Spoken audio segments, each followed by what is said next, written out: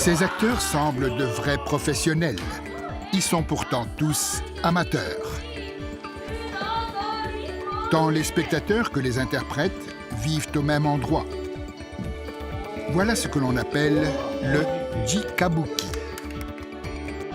Il remonte au XVIIe siècle, une époque où des passionnés ont lancé des productions locales imitant les pièces extrêmement populaires du kabuki, célèbre pour ses expressions stylisées et ses grimages sophistiqués. Le jikabuki a prospéré dans les régions rurales du pays pendant près de 3 siècles. Et la tradition est préservée et se perpétue aujourd'hui grâce à plus de 200 associations. Dans le sud-est de la préfecture de Gifu, des vallées blotties entre des montagnes verdoyantes. Dans cette région, le jikabuki est encore une forme de divertissement populaire. Ce théâtre a été construit il y a près de 120 ans. Il est le résultat des efforts de coopération de la population locale. La scène est dotée de mécanismes de niveau professionnel, permettant un large éventail d'effets techniques.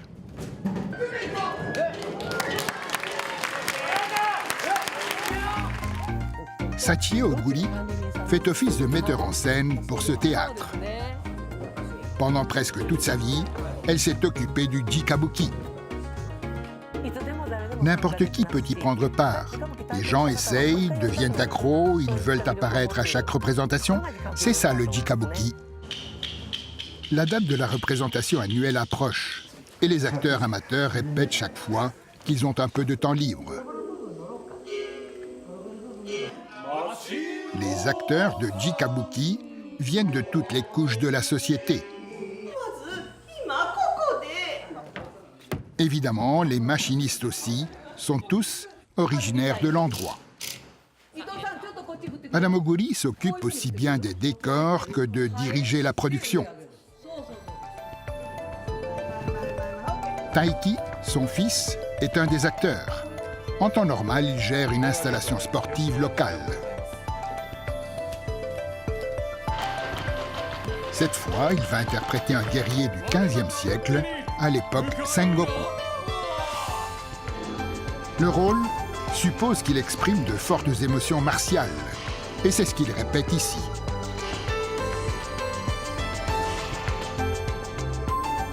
Kyoka, la fille âgée de 3 ans de Taiki, apparaîtra aussi et elle répète sérieusement.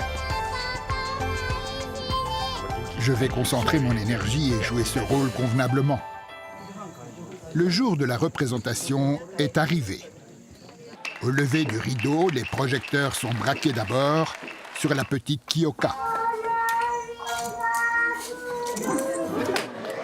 Ces longues répétitions sont récompensées et elle s'acquitte parfaitement de sa tâche.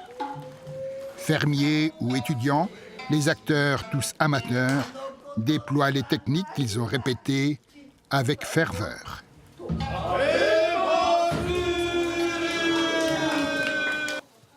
Dans les coulisses, Taiki se prépare à son tour. Son visage est grimé selon le style très particulier du kabuki.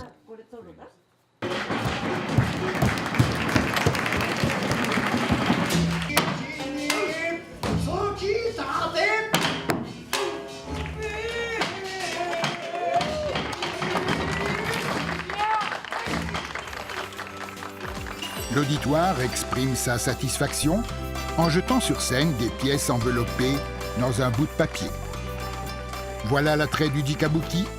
Acteurs, personnel et spectateurs participent tous et c'est un grand plaisir pour chacun. Les spectateurs font vraiment partie de la pièce. Non seulement ils sont assis près de la scène, mais ils sont proches des acteurs par l'esprit.